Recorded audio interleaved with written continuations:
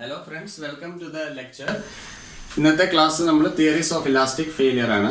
3 type of failure ആണ് നമുക്കുള്ളത്. Elastic failure, yielding and fracture. ഇത് എപ്പോഴൊക്കെ വരാം?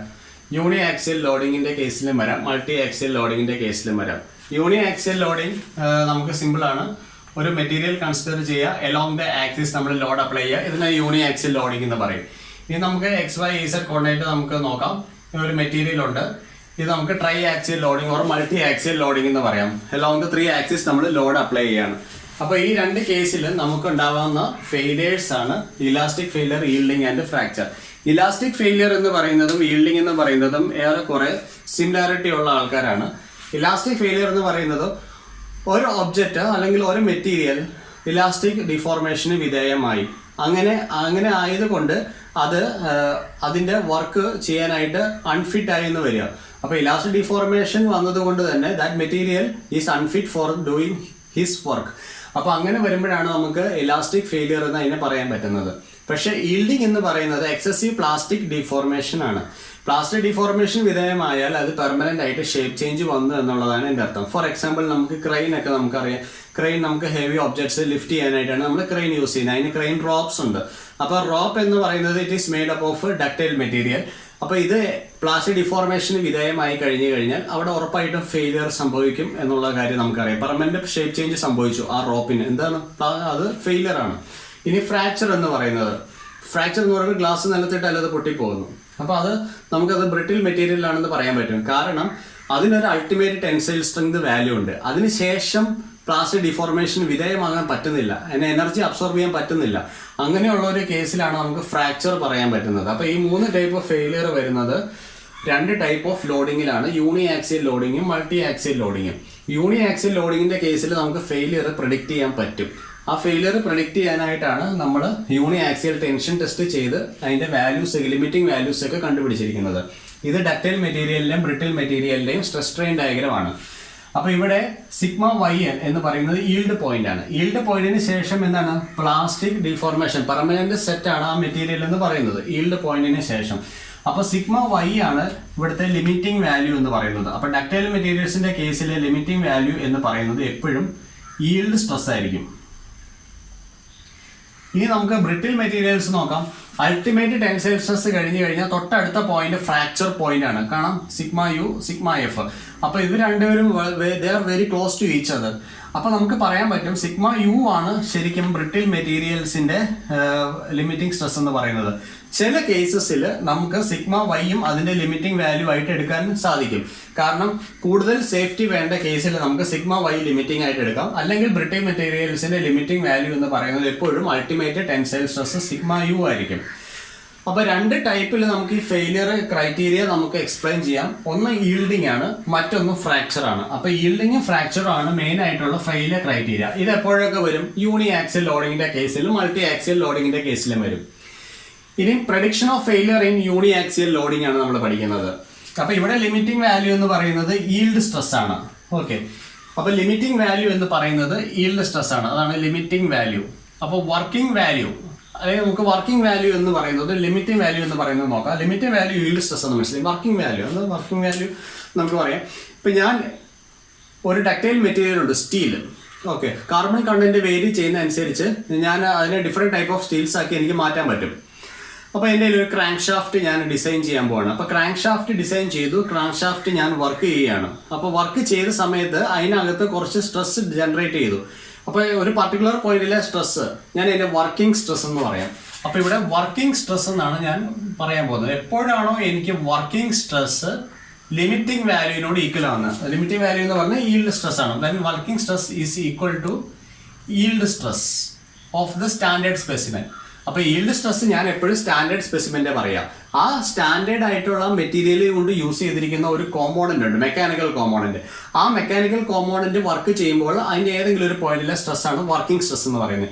അപ്പോൾ വർക്കിംഗ് സ്ട്രെസ് എന്ന് പറയുന്നത് സ്റ്റാൻഡേർഡ് സ്പെസിമെൻ്റെ ഈൽഡ് സ്ട്രെസ്സിനോട് ഈക്വലന്റ് ആയി കഴിഞ്ഞാൽ അവിടെ ഫെയിലിയർ സംഭവിക്കും. അതാണ് യൂണി ആക്സിയൽ ലോഡിങ്ങിന്റെ കേസിൽ നമുക്ക് ഫെയിലിയർ ക്രൈറ്റീരിയ പറയാൻ പറ്റുന്നത് ഡക്റ്റൈൽ മെറ്റീരിയൽസിന് വേണ്ടിയിട്ട്. ഇനി ബ്രിട്ടിൽ മെറ്റീരിയൽസിന്റെ കേസിൽ, അപ്പോൾ ഇവിടെ ഇത് ഡക്റ്റൈൽ എന്ന് നമുക്ക് എഴുതാം. ഡക്റ്റൈൽ ഇനിയും ബ്രിട്ടിൽ മെറ്റീരിയൽസ് ആണ് നമ്മൾ യൂസ് ചെയ്യുന്നതെങ്കിൽ നമുക്കറിയാം നമ്മുടെ ലിമിറ്റിംഗ് വാല്യൂ എന്ന് പറയുന്നത് ultimate tensile stress sigma u ആണ്.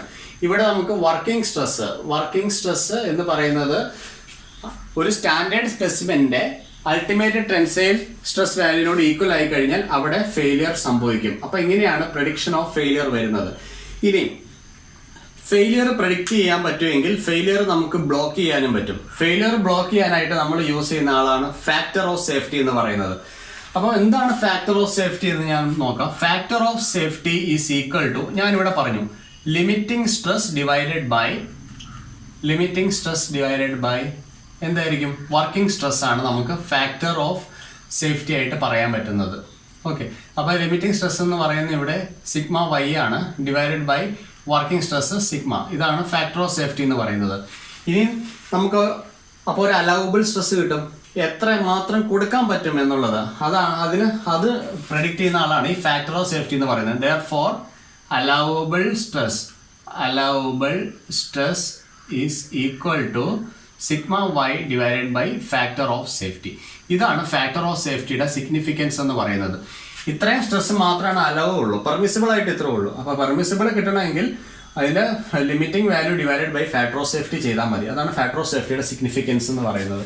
അപ്പോൾ ഇനിയും ഡക്റ്റൈൽ മെറ്റീരിയൽസിന്റെ കേസിലാണെങ്കിൽ നമുക്ക് ഫാക്ടർ ഓഫ് സേഫ്റ്റി എന്ന് പറയുന്നത് limiting stress by working stress ആണ്. അപ്പോൾ നമുക്ക് അതിന് sigma u divided by working stress sigma. ഇതാണ് ഫോർ ബ്രിട്ടിൽ മെറ്റീരിയൽസ്. നമുക്ക് ഫാക്ടർ ഓഫ് സേഫ്റ്റി നമുക്ക് ഡിഫൈൻ ചെയ്യാൻ പറ്റും. ഓക്കെ, ഈ കേസിൽ അലൗബിൾ സ്ട്രെസ് ഉണ്ട്, sigma u divided by FOS. Allowable is equal to sigma u divided by factor of safety. ഇത് വെച്ചിട്ട് നമുക്ക് ബ്രിട്ടിൽ മെറ്റീരിയൽസ് ഒക്കെ ഡിസൈൻ ചെയ്യാം. ഓക്കെ, അപ്പോൾ യൂണി ആക്സിയൽ ലോഡിങ്ങിന്റെ കേസിൽ നമുക്ക് സംഗതി ഓക്കെ. ഇനി നമുക്ക് മൾട്ടി ആക്സിയൽ ലോഡിങ്ങിന്റെ കേസിലാണ് പ്രശ്നം വരുന്നത്. മൾട്ടി ആക്സിയൽ ലോഡിങ്ങിന്റെ കേസിൽ നമുക്കറിയാം ടോർഷണൽ മൊമെന്റ് വരാം, ബെൻഡിങ് മൊമെന്റ് വരാം. അപ്പോൾ ഈ ടോർഷണൽ മൊമെന്റ് എന്ന് പറയുന്നത് ടോർഷണൽ ഷിയർ സ്ട്രെസ് ജനറേറ്റ് ചെയ്യും, ബെൻഡിങ് മൊമെന്റ് എന്ന് പറയുന്നത് ബെൻഡിങ് സ്ട്രെസ് ജനറേറ്റ് ചെയ്യും. അപ്പോൾ ഈ ഫെയിലിയർ ക്രൈറ്റീരിയ നമുക്ക് ഇതുപോലെ സിമ്പിൾ ആയിട്ട് നമുക്ക് ഡിഫൈൻ ചെയ്യാൻ പറ്റത്തില്ല. അപ്പോൾ അതിന് മറ്റ് കുറച്ച് ഹൈപ്പോത്തസിസ് കൂടി നമ്മൾ കൺസിഡർ ചെയ്യണം. അപ്പോൾ അങ്ങനെ കുറേ ഹൈപ്പോത്തസിസ് വെച്ചിട്ട് നമ്മൾ ഫെയിലിയർ തിയറീസ് സെറ്റ് ചെയ്തിട്ടുണ്ട്. അങ്ങനെയുള്ള ഫെയിലിയർ തിയറീസ് ആണ് maximum principal stress theory, maximum shear stress theory, distortion energy theory, maximum principal strain theory, maximum strain energy theory. ഇതിന്റെ പേര് കാണിക്കുന്ന പോലെ തന്നെയാണ് ഇത് എങ്ങനെ അപ്ലൈ ചെയ്യാം എന്നുള്ള കാര്യങ്ങൾ. മാക്സിമം പ്രിൻസിപ്പൽ സ്ട്രെസ് തിയറിക്കകത്ത് മാക്സിമം പ്രിൻസിപ്പൽ സ്ട്രെസ് വാല്യൂസ് കണ്ടുപിടിക്കും. ആ വാല്യൂസ് കണ്ടുപിടിച്ചതിന് ശേഷം യൂണി ആക്സിയൽ ടെൻഷൻ ടെസ്റ്റിലെ ഈൽഡിങ്ങും ഫ്രാക്ചറുമായിട്ട് നമ്മൾ ഇക്വേറ്റ് ചെയ്യാം. അപ്പോൾ രണ്ട് ക്രൈറ്റീരിയ ഉണ്ട്. ഇതിനകത്ത് ഇഷ്ടമുള്ള ക്രൈറ്റീരിയ നമുക്ക് സെലക്ട് ചെയ്യാം. ഈൽഡിങ് ഒന്നെങ്കിൽ സെലക്ട് ചെയ്യാം, അല്ലെങ്കിൽ ഫ്രാക്ചർ സെലക്ട് ചെയ്യാം. ഏതെങ്കിലും ഒന്നായിട്ട് നമ്മൾ ഇക്വേറ്റ് ചെയ്യുക. അതുപോലെ മാക്സിമം ഷിയർ സ്ട്രെസ് വാല്യൂസ് കണ്ടുപിടിക്കുക, യൂണി ആക്സിയൽ ടെൻഷൻ ടെസ്റ്റിന്റെ ക്രൈറ്റീരിയ ആയിട്ട് ഇക്വേറ്റ് ചെയ്യുക. ഡിസ്റ്റോർഷൻ എനർജി കണ്ടുപിടിക്കുക, യൂണി ആക്സിയൽ ടെൻഷൻ ടെസ്റ്റിന്റെ ക്രൈറ്റീരിയ ആയിട്ട് ഇക്വേറ്റ് ചെയ്യുക. മാക്സിമം പ്രിൻസിപ്പൽ സ്ട്രെയിൻ വാല്യൂസ് കണ്ടുപിടിക്കുക, ഈ ക്രൈറ്റീരിയ ആയിട്ട് ഇക്വേറ്റ് ചെയ്യുക. മാക്സിമം സ്ട്രെയിൻ എനർജി കണ്ടുപിടിക്കുക, അതിനുശേഷം ഈ ക്രൈറ്റീരിയ യൂണി ആക്സിയൽ ടെൻഷൻ ടെസ്റ്റിന്റെ ക്രൈറ്റീരിയ ആയിട്ട് ഇക്വേറ്റ് ചെയ്യുക. അപ്പോൾ നമുക്ക് അപ്പോൾ ഇത് എങ്ങനെ യൂസ് ചെയ്യാം തിയറീസ് ഓഫ് ഫെയിലിയർ എന്ന് പറയുന്നത്? മൾട്ടി ആക്സിയൽ ലോഡിങ്ങിൽ ഇത്രയും വാല്യൂസ് കണ്ടുപിടിക്കുക, യൂണി ആക്സിയൽ ലോഡിങ്ങിന്റെ ലിമിറ്റിംഗ് വാല്യൂസുമായിട്ട് ഇക്വേറ്റ് ചെയ്യുക. അപ്പോൾ നമുക്ക് അവിടെ ഫെയിലിയർ ക്രൈറ്റീരിയസ് എല്ലാം നമുക്ക് കിട്ടും. അപ്പോൾ ഇത്രയാണ് നമുക്ക് തിയറീസ് ഓഫ് ഇലാസ്റ്റിക് ഫെയിലിയർ വരുന്നത്. അപ്പോൾ യൂണി ആക്സിയൽ ലോഡിങ്ങിന്റെ കേസിൽ ഇലാസ്റ്റിക് ഫെയിലിയർ തിയറീസ് ഒന്നും യാതൊരു കാര്യവുമില്ല. പക്ഷെ biaxial or multiaxial complex stress system എന്ന് പറയും. അപ്പോൾ അങ്ങനെയുള്ള കേസിലാണ് നമുക്ക് തിയറീസ് ഓഫ് ഫെയിലിയർ ആപ്ലിക്കബിൾ ആയിട്ട് വരുന്നത്.